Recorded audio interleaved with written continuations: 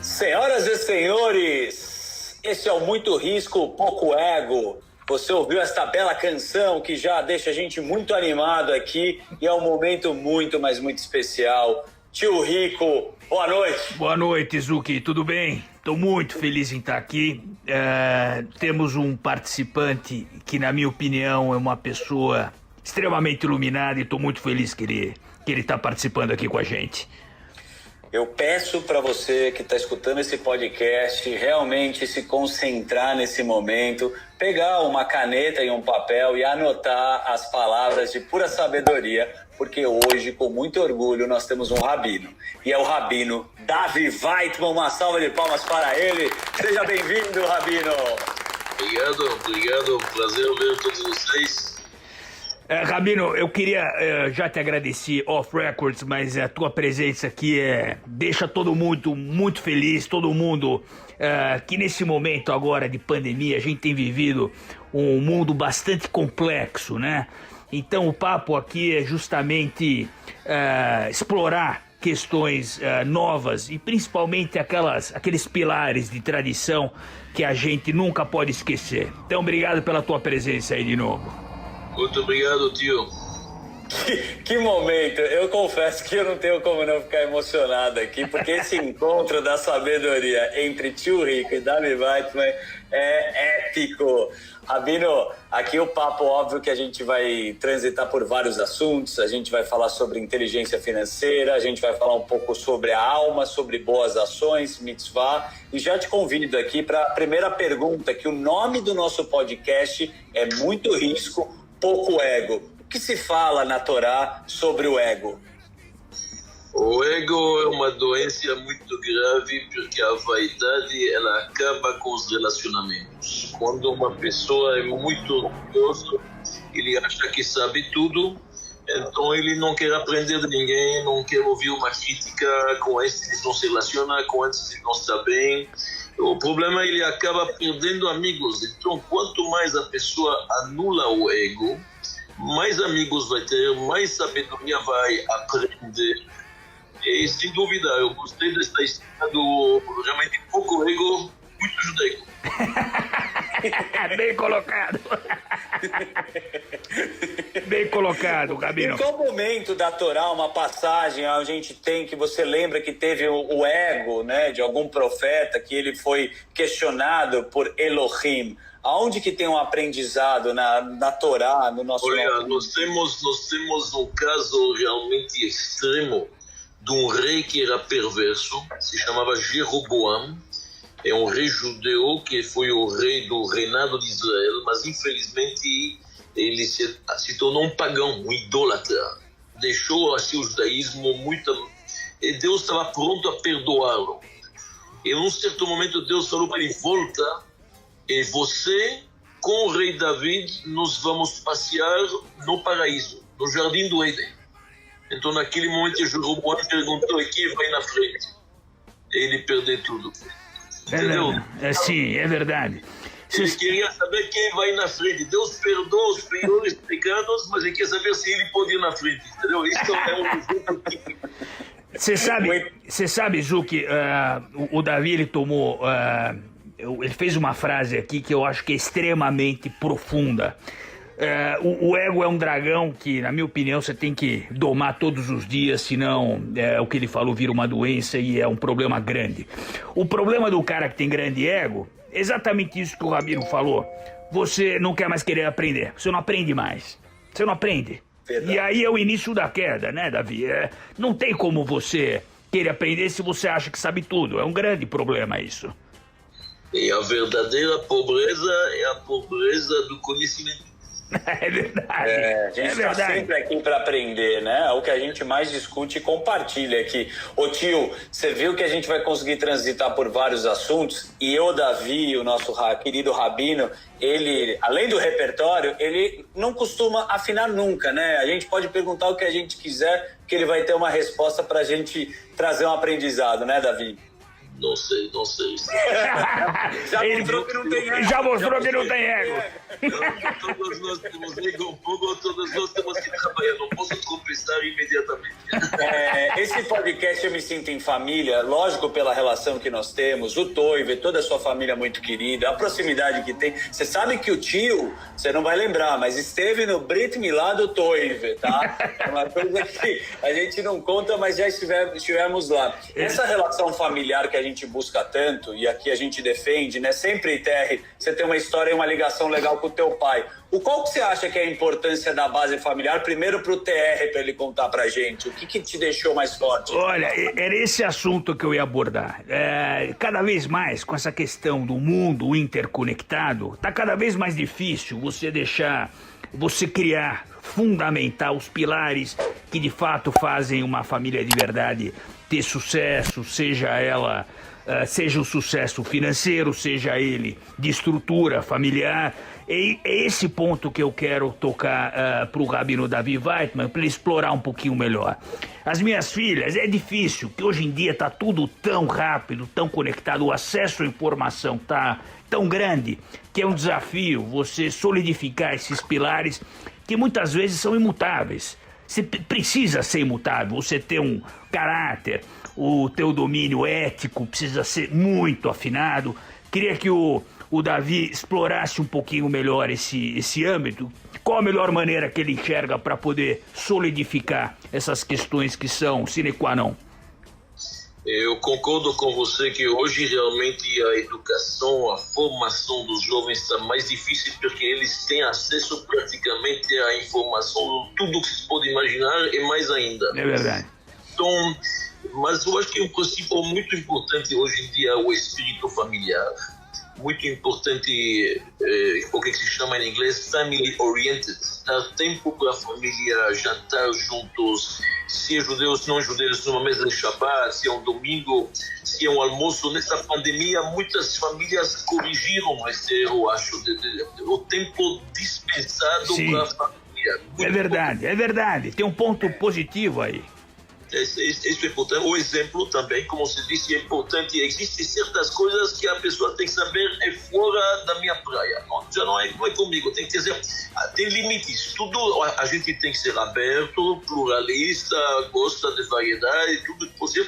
Mas tem certas coisas que a gente pode tolerar e outras que não. Então, na ética e na moral, sempre tem certos limites que os filhos têm que saber. Não tem que ter medo de falar, obviamente, de uma forma clara e agradável, sem dúvida. E vamos falar uma coisa também que é muito importante. Na educação, 30% de transpiração, mas 70% de oração. Tem que rezar muito. E um valor estabelecido, viu, TR, que a gente já li, né, o Weitman falar muito bem sobre isso. A gente quer super proteger os nossos filhos, eu acho que estabilizar a família é super importante, mas tem a colher de ouro. Quem nasce com a colher de ouro, e eu queria que o Weitman falasse um pouco sobre isso, a gente quer se proteger, quer dar tudo, mas as pessoas precisam dar os valores com as conquistas, com os degraus. Tô certo, Weitman? Sim, vou te falar o que acontece hoje. Muitos pais estão querendo dar o que eles não tiveram. Então, meu filho vai fazer um curso de paraquedismo, ele vai fazer motocross, ele vai fazer aviação. A verdade é que seria bom que os pais dão o que eles tiveram, porque nós recebemos tanta coisa dos nossos pais, nós nunca vamos poder retribuir aos nossos pais o que recebemos, mas nós podemos transmitir para os nossos filhos o que recebemos. Isso já é muito bom. É verdade. O papo tá bem elevado aqui, TR, com o Davi Weitman, tá bem legal. Mas, cara, eu preciso fazer uma pergunta, porque acho que é histórico, você pode me confirmar, juros a 2%, poupança não existe mais, né? Deixar o dinheiro parado. 2% ao ano, bruto, nominal. Isso é uma coisa que não existe. Se o vovô tivesse vivo, ele não iria acreditar no que ele está vendo. É uma coisa que Risco Brasil pagando 2% nominal ao ano, de fato, acende o maçarico para a turma começar a se mexer, né? Você imagina, Zuki, antes, quando você tinha uma carteira aí majoritariamente de renda fixa, pré-fixado, o gasto de tempo, de energia para você buscar investimentos novos era pequeno. né? Você botava lá, deixava travado, sentava em cima de um papel de renda fixa, daqui a 2 anos você viu o que você ia fazer. Entendeu? Não existe mais sentar no pudim. Igual Puta, acabou, só tinha mão de alface, porra. Agora, você sabe que sempre você bate em tecnologia, os algoritmos muito me interessam. Eu queria saber disso, e agora também, né? Você estava me explicando um pouco do conceito. Dá para investir também com tecnologia? É aquela coisa que eu falo, Zuki, quem acha que está fora do mundo tecnológico, ele não sabe que ele está inserido de alguma forma. Isso não existe. Hoje o mercado está tão interconectado e a demanda por inteligência e leitura de base de dados está tão grande que se você achar que você está fora, pode preparar o caixão para enterrar, que acabou. Então, cada vez mais a necessidade de ter gente capacitada para olhar mercados e leitura de dados, porque hoje esse é o desafio, um desafio grande. Você tem uma base gigante de informação, mas como é que você filtra isso tudo? Então, essa turma nova, tem muita gente se adaptando, muita gente que sabe que isso está acontecendo, está enxergando na carne, mas ainda tem muita gente aí para se mexer. Então, imagina, a tecnologia hoje, você tem que saber usar. Você tem que saber usar a nosso favor. Então, em termos de investimento, o grau de tecnologia que você tem em corretoras, em bancos, em fundos, e, para você filtrar essa informação, você tem que ter uma tecnologia de ponta, não tem jeito. Mas me fala o que você se interessa, porque você já me ajudou a fazer uma carteira de ações. A gente fala muito, né? Fundo imobiliário, a gente viu também, desde o Galileu. O que tem de legal? O que eu enxergo é que está existindo um movimento de mercado que muitos gestores tradicionais estão criando as suas casas para poder fazer essa análise de forma independente, digamos assim. Então você consegue ver um monte de novos gestores bons e uns não tão bons, e aí você acaba meio que tendo acesso a um produto em várias plataformas, né? Então essa turma, a grande parte dela está vindo de maneira mais tradicional, ou seja, a leitura de fundos de ações, a leitura de fundos multimercados. Normalmente esse cara que já fazia isso numa outra casa acaba abrindo a plataforma dele e acaba tocando dessa maneira que ele já fazia. Mas tem um ponto adicional que eu gosto de olhar. A gente sempre fala de tecnologia e quem olha para trás bate o carro. Você tem que olhar para frente. Mas então, me fala os fundos que você se interessa. Veja bem, você precisa ter nesses fundos quantitativos que a gente eu recebo muita pergunta de fundo quantitativo, tá? E é uma coisa que eu gosto, me interessa, uma coisa que fora do Brasil vem crescendo bastante. No Brasil é um desafio maior ainda, porque você tem várias variáveis, que basicamente no final da linha é o seguinte: você precisa traduzir modelos matemáticos, algoritmos que vão de fato colocar no trading aquilo que você acredita, a visão de mercado. Então você pode ver esses caras que vêm do ITA, do IME, esses caras que estudam matemática o dia inteiro, são caras bons que acabam modelando esses modelos matemáticos para de fato colocar no fundo aquilo que eles estão acreditando. Agora, tem muita gente nova, né? Você tem muita gente nova, então você precisa ter uma estrutura mental de gestão que faça sentido, porque botar isso em algoritmo, ok, mas você precisa botar o que em algoritmo? Alguma coisa que de fato faça sentido. Tem consistência, né?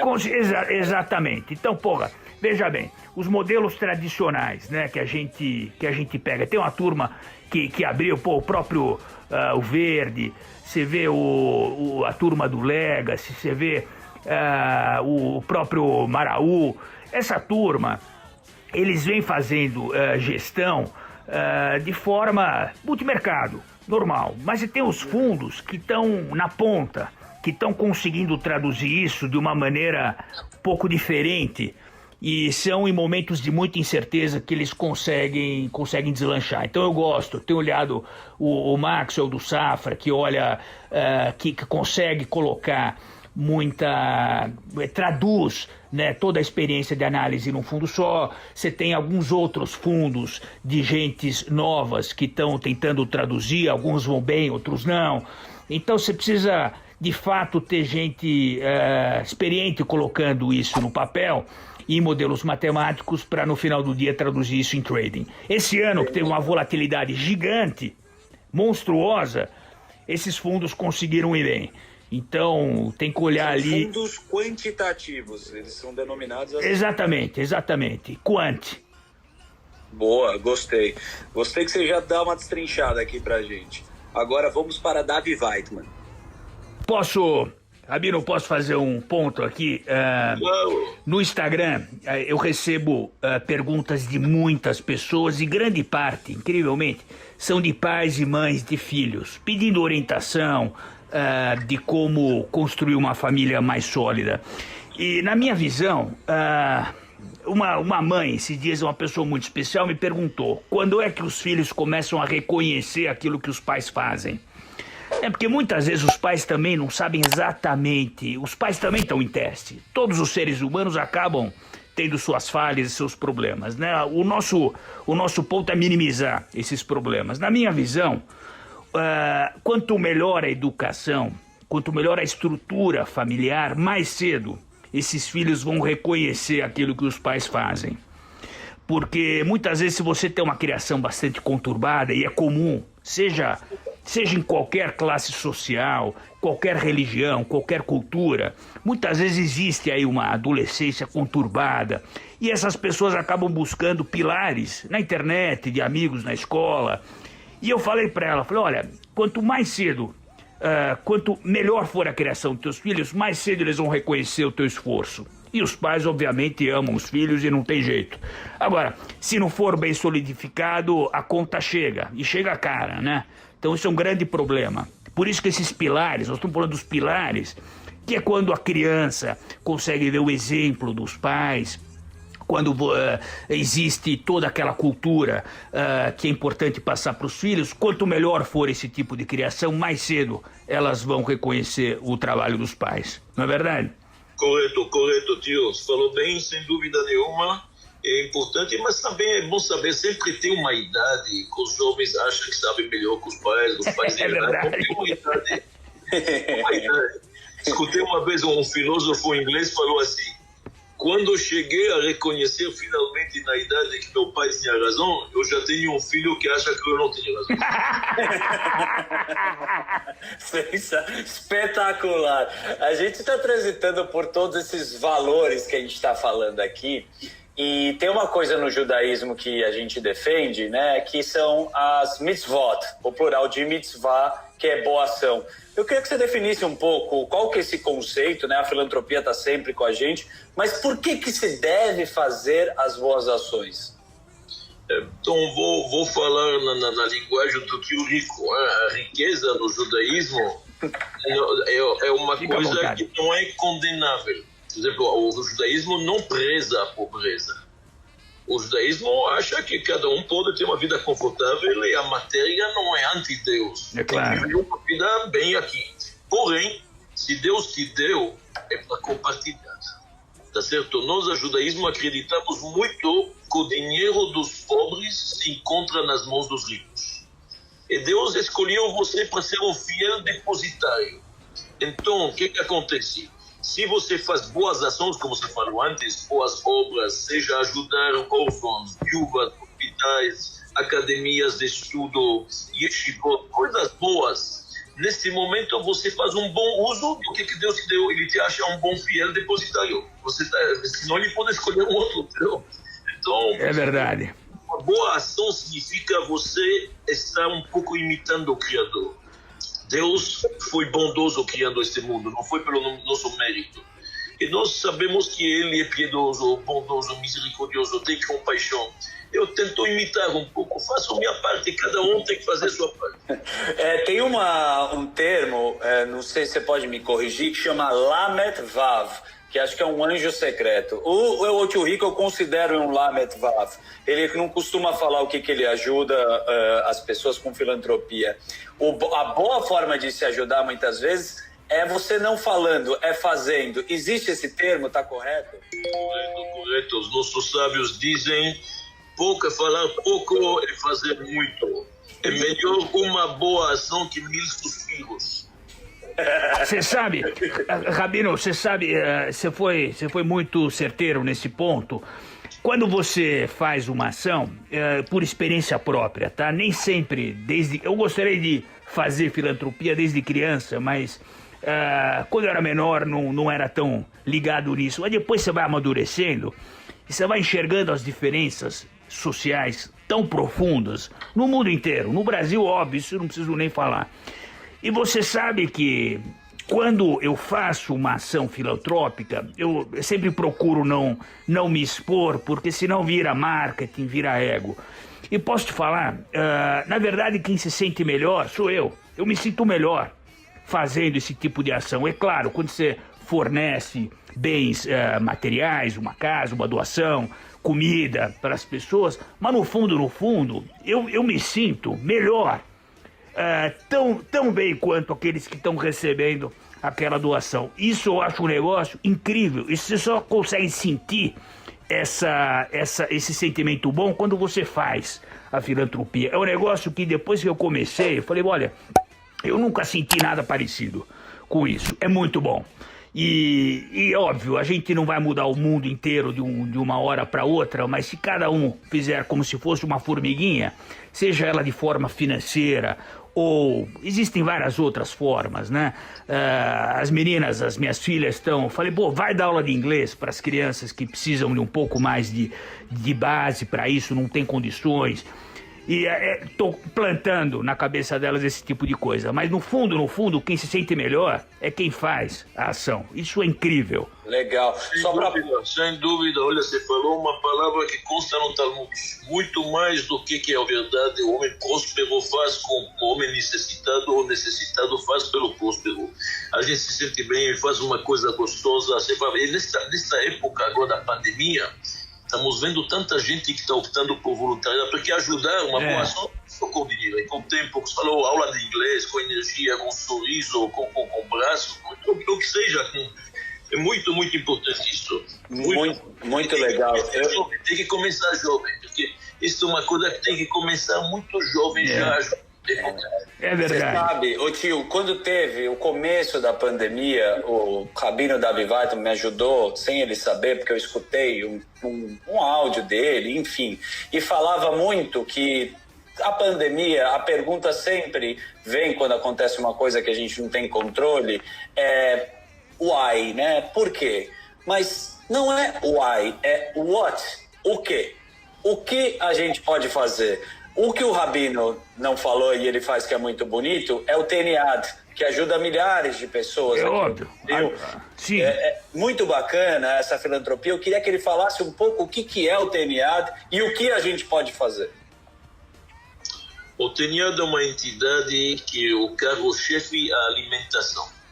A gente procura dar uma alimentação balanceada para a camada dos nossos irmãos, dos nossos cidadãos que precisam. Não é um sopão, não é uma sopa, mas é um 3-course meal. Realmente é uma refeição com tudo que precisa, desde a sopa do pão, da entrada, tudo que precisa está lá. E a gente dá milhares desses por dia.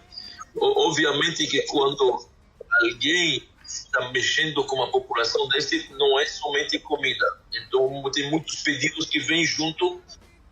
Complementando aqui, Rabino, eu queria que você falasse também, a gente está falando esse trabalho do Teniad, que é muito bonito, e em setembro, acho que vai cair dia 27, se eu não me engano, agora, o Yom Kippur, que é uma das festas que a gente celebra e fala muito, que é o dia do perdão judaico.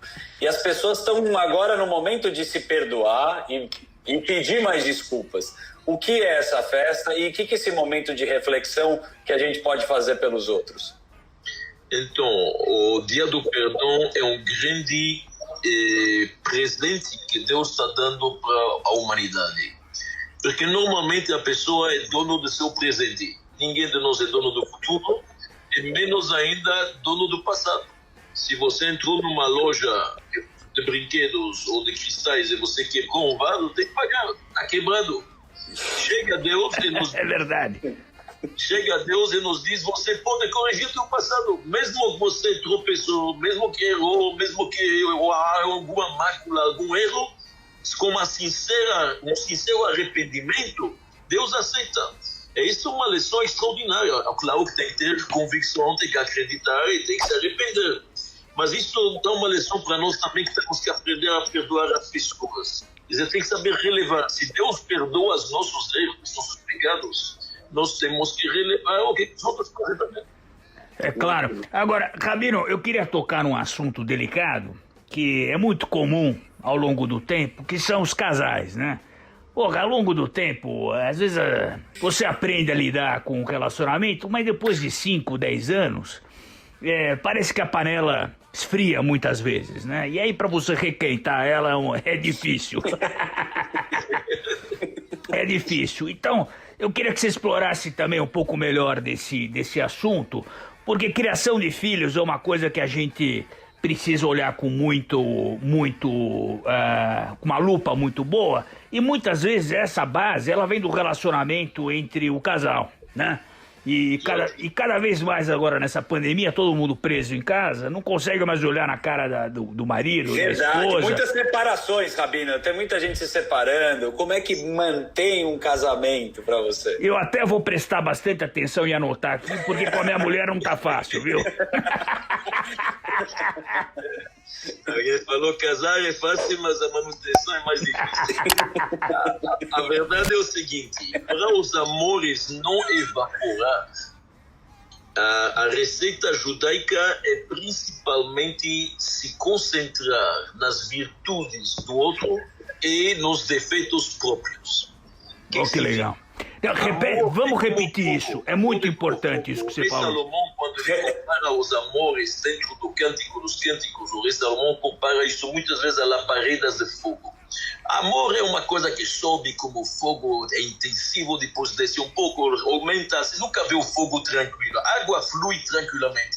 Mas amor é como fogo, tem chama maior, diminui. Mas o que acontece? O fogo só funciona se você tem, na verdade, combustível. Tem que alimentar o fogo, ou colocar madeira, ou querosene, ou gasolina, ou óleo, ou azeite, alguma coisa, tem que colocar combustível. A mesma coisa no relacionamento. Todo dia, marido ou mulher, os dois, se concentrar um pouco nas coisas boas que tem. Cada um, ninguém está imperfeito totalmente, cada um tem defeitos e tem virtudes. Então, tentar se concentrar nas coisas boas do outro. E se você se concentra nisso, você alimenta o amor. O fogo volta. Entendeu? A paixão... Porra, incrível. Incrível isso. Você tem que focar nas coisas boas dos outros e dar uma atenção nos próprios defeitos, né? Bem judaico. Bem judaico. E no fogo, numa outra festa, né, que é o Lag Baomer, fala que quando você segura um pedaço de madeira com fogo, se você jogar o pedaço de madeira para baixo, o fogo nunca muda a sua direção. Essa é a nossa essência. Agora, todo mundo acha... A gente não pode perder nossa essência também. Agora, todo mundo acha que é perfeito, né, Rabino? Todo mundo acha que é perfeito. Esse é o problema. Estamos longe da perfeição, mas o importante é a direção, tio. É a direção, é verdade. A direção. Ele puxou aqui o rei Salomão, um dos reis mais sábios, mais humildes e um dos mais ricos, e tem a história, né, que a gente sabe várias histórias do rei Salomão. A gente aqui não tem, como você falou, no judaísmo, a gente não tem problema em falar de riqueza, não tem problema de falar de dinheiro, e eu queria puxar uma relação que acho que dinheiro em hebraico é kesef. Kesef significa desejo, e o que a gente tem que aprender e como valorizar esse desejo que é o dinheiro? Então, o desejo da pessoa crescer materialmente, como disse antes, não é condenável desde o momento que a pessoa sabe usar. Porque na vida você tem dois testes. Tem o teste da pobreza e o teste da riqueza. O que acontece? Pobreza é um teste a não se rebeliar, a não se revoltar contra Deus. É um teste difícil. A riqueza é fazer um bom uso do teu dinheiro, deixar realmente obras bonitas, saber compartilhar com os outros e assim diante, apreciar, reconhecer, agradecer. São dois testes. Eu acho o seguinte, desejar, sim, e que essa vem realmente da palavra desejo. Mas é interessante O dinheiro, na época talmúdica, ele se chamava Zuz. E Zuz, em hebraico, significa ele se mexe. O dinheiro é redondo, como as moedas. Ele se mexe. Hoje ele está aqui, amanhã está no outro. É verdade, olha. Ganhou, tá certo? Não, o dinheiro não fica sempre com os mesmos. Ele pode andar dependendo da gente. Então, é interessante, o Talmud diz que uma parte do dia, Deus constrói escadas. Alguns sobem, alguns descem. E a mesma coisa no mercado financeiro. A gente sabe, vai ter subidas sem descidas. Não é sempre igual. Manter a fé, manter a confiança em Deus, agradecer pelo que nós temos, estar feliz com o que nós temos. Se quer mais, então faça mais. Pô, e teve uma escada grande agora no mercado financeiro para baixo, hein? Subiu rapidinho, mas teve uma escada grande.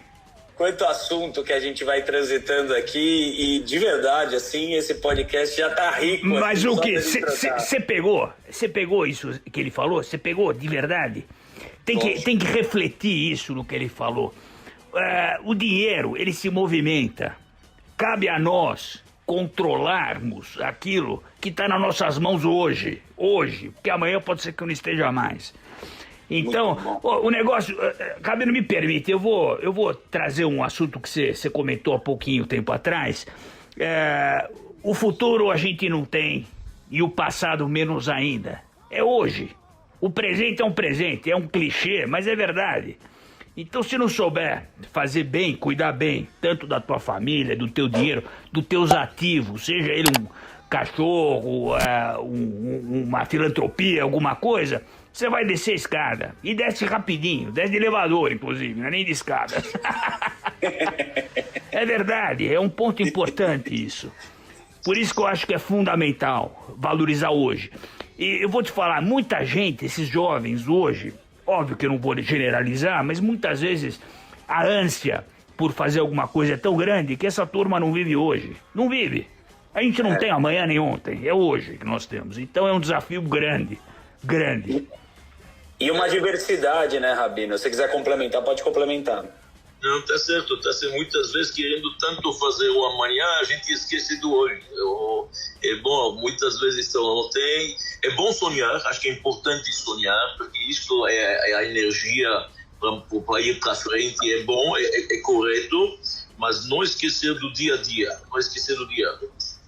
Tem mais uma coisa, já que estamos falando um pouco assim de assets, de mercado financeiro, tem um bem que a cada instante se desvaloriza. E se chama tempo. É verdade. É recuperável, tá certo? O tempo é uma coisa que você não pode recuperar, não. O que passou já ontem.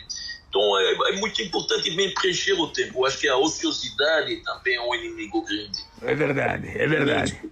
Isso, e falando do tempo agora atual que a gente está vivendo nesse momento, como que você consegue equalizar, como você vê o número de gatilhos negativos que a gente está sofrendo para saber dessa pandemia, como vive o hoje, não sabendo com tantas incertezas que a gente está sentindo nesse momento, Weidmann?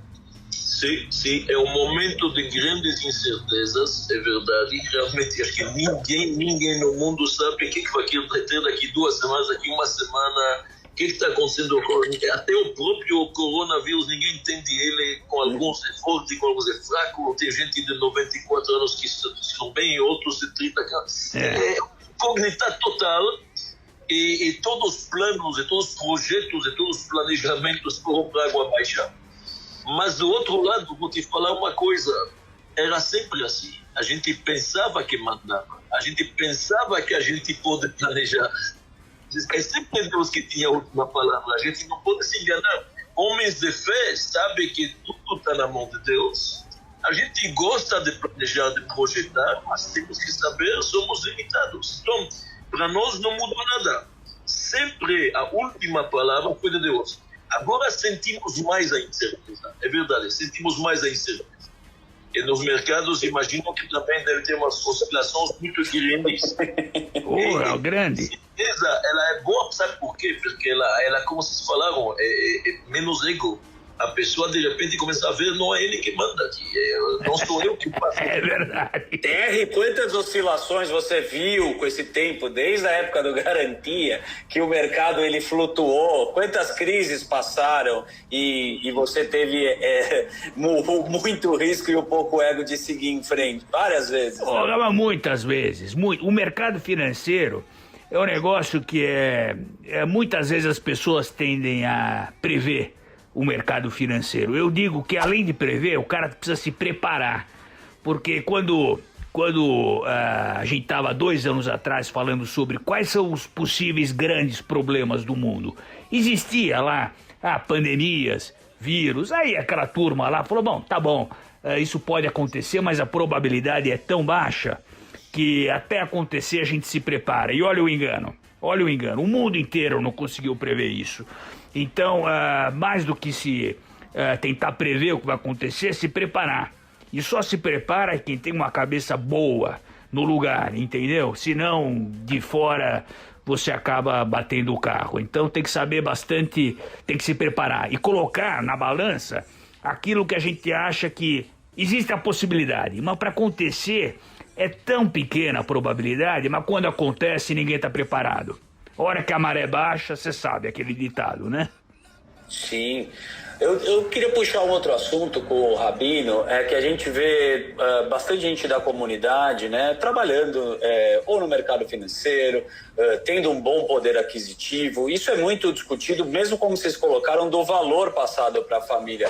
Da onde que você vê na história ou dentro da Torá o judeu sempre se virando, né, nesse meio? A gente sabe que a gente já foi mercador, a gente muda de país, mas a gente consegue se estabilizar muitas vezes economicamente. O que se tem de valor e o que se tem dentro da Torá? Olha bem, eu acho que isto é devido à nossa história. Enquanto que o nosso povo estava na sua terra, a principal atividade era a agricultura. E se você olha na Torá, você vai ver que tem muitas leis sobre a agricultura. O campo, os cantinhos do campo tem que deixar para o pobre. Quando semear, quando não semear, quando sabático. Agora, quando fomos exilados, e muitas vezes perseguidos, judeus na Europa durante centenas de anos não tinham direito a ter um pedaço de terra. Não podiam ter propriedade, nem casa, nem terra, nem nada. Só fomos obrigados a se mudar para o mercado financeiro. Fomos obrigados a cuidar, na verdade, da moeda, da venda, do comércio, como se diz, outras coisas. Então, as circunstâncias nos obrigaram a fazer isso. Mas hoje, a verdade tem sido dita, muitas profissões liberais, muitos direitos médicos, advogados, voltou, na verdade, o povo a se dedicar à literatura, a muitas ciências. Acho que hoje é diversificar. Legal. O Alon Lavi, nosso cônsul, né, de Israel, que esteve com a gente, ele falou uma frase que virou um mantra também para a gente, que é a tolerância ao fracasso. Nós temos tolerância ao fracasso?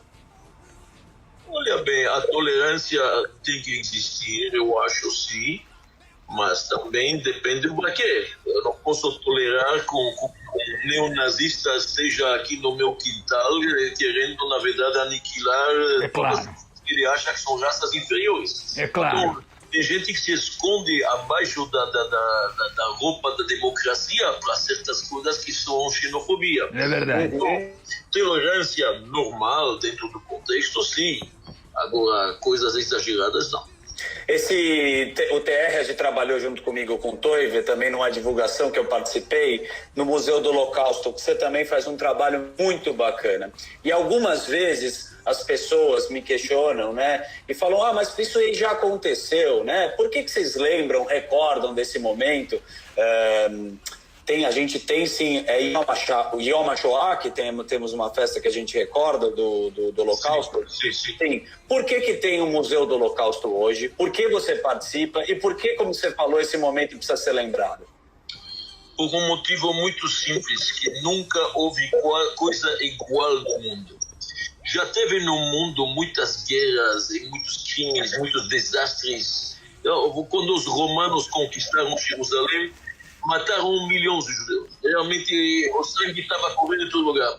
Mas era uma guerra de conquista do Mediterrâneo, guerra territorial, guerras de religião, tem tudo isso.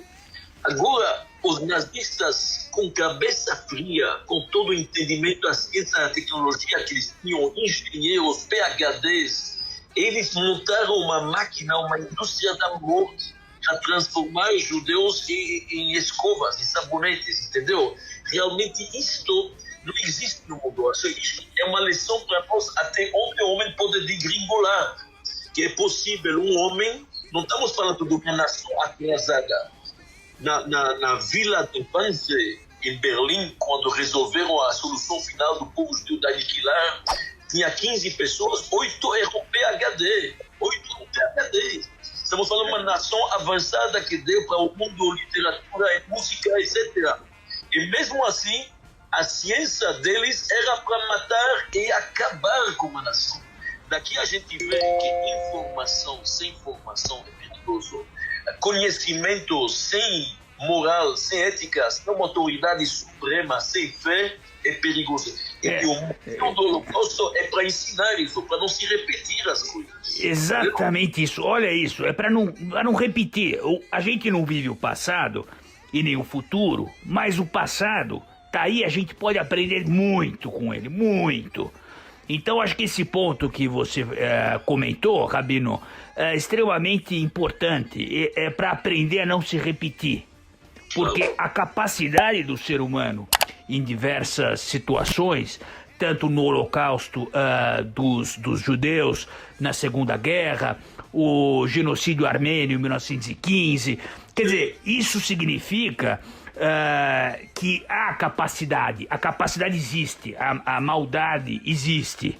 Então, se a gente conseguir olhar para o passado e aprender com ele e sempre ajustar, né? Porque isso é um perigo constante. O ser humano se já se mostrou capaz de fazer isso em algum momento, para repetir em algum outro momento onde as circunstâncias são propícias, não demora muito. Então você precisa de verdade aprender, e esses museus que olham para o passado, na verdade eles significam uma lição importante e a gente precisa trabalhar para nunca mais esses genocídios acontecerem. Correto, muito bom. Ó, eu vou falar uma coisa para vocês aqui. Tem a Torá escrita, né, que a gente segue, e existe a Torá oral. Hoje o Rabino Davi Weissman, TR, nos passou uma Torá oral, e você também nessa discussão filosófica, humana. Eu quero encerrar o nosso papo, porque tem uma outra coisa que o TR defende, né, TR? Quando você vai beber um vinho, não importa, né, o valor dele, você é um cara que bebe o vinho. Você enaltece, você contempla os momentos. Eu estou correto, tio Rico? Exato. Eu acho que quando a gente abre um vinho, Rabino, eu sempre gosto de abrir um vinho, e eu sempre dedico, não preciso nem falar para ninguém, eu sempre dedico aquela taça daquele vinho para alguém, ou para algum momento, para algumas coisas. E muitas delas mostram que o presente é algo caríssimo e ao mesmo tempo é de graça, porque é aquilo que a gente tem. Então, seja ele um vinho caríssimo ou um vinho barato, para mim o ponto é, o que vale essa taça agora para mim? Então, quando você me fala, pô, você bebe muito vinho, adoro beber vinho, mas eu sempre tenho um fundo um pouco mais profundo, entende? Sempre tem alguma coisa que me motiva a dedicar essa taça para alguém. Esse momento do agora que a gente fala de fazer uma puta farra, você tem que ir no Shabat. A gente já foi, né, no Shabat, a melhor halá, com todo respeito da sua esposa. Luque, pensa que coisa interessante. Pensa um negocinho interessante. Nós, eu, você, o Rabino Davi Weissman e todos os outros, a gente tem um raro momento de estarmos vivos agora, nesta época. Se a gente pensar em termos de filosofia, estamos vivos agora no mesmo momento. Se a gente pensar na extensão do universo, no tempo do planeta Terra, seria raríssimo acontecer. E está acontecendo agora. Então estou muito feliz de estar aqui com vocês conversando. É uma coisa Eu que agradeço. Vamos fazer um lechaim com vinho kasher. Brindar a saúde. Que dá lógico, pra gente comemorar junto. Rabino, deixe uma mensagem agora, que pode ser como uma válvula de escape para todos que estão escutando, de celebração. Um momento que pode estar difícil, um momento que você gostaria de compartilhar da gente comemorar. No judaísmo temos várias festas, é um povo que tem a alegria, e com alegria eu quero que você termine o nosso podcast com uma mensagem para motivar a galera que teve essa aula aqui com você. Então, acho que a mensagem neste momento é olhar para frente. E o exemplo do nosso povo, que tem muitas coisas no passado que são tristes, mas superamos porque a gente olha para frente, a gente faz questão de saber que o futuro amanhã vai ser melhor que hoje. Exato. E no final do túnel a gente acredita que vem momentos mais difíceis, vem momentos mais fáceis, então não perder a fé. E a alegria é um grande antídoto, porque a alegria permite a pessoa se superar, se elevar acima, na verdade, das adversidades. Ele olha já com um ponto de vista mais diferente. Então, vamos brindar para todo mundo ter saúde e todos que precisam de recuperação que tenham isso logo. E vai vir a solução, se Deus quiser, bem breve para todos nós. Com muita alegria. Com muita alegria, sempre, sempre. Esse foi o brilhante Davi Weitman, nosso rabino querido. Ótimo, adorei estar aqui com você. Pouco ego, um lehaim, um mazal tov para a vida, celebrar sempre. Obrigado, meu querido Davi Weitman. Sucesso no que vocês fazem materialmente e espiritualmente. Obrigado, Davi. Um beijo grande. A gente vai abrir um vinho aqui, a gente pode abrir um vinho kasher aqui, a gente pode até comemorar junto, viu, Óbvio. Rabino? Ótimo. Só coisas boas. Sempre brindar para coisas boas. Rabino, quando tiver um pouco mais desse alívio do corona, a gente vai para Israel comemorar junto. Você é meu convidado. Só coisas boas. Davi Weitman, muito risco, pouco ego. Até a próxima. Um beijo grande. Vamos terminar lá em cima com essa trilha aqui, ó. Vou colocar uma trilha judaica pra gente terminar esse podcast aqui.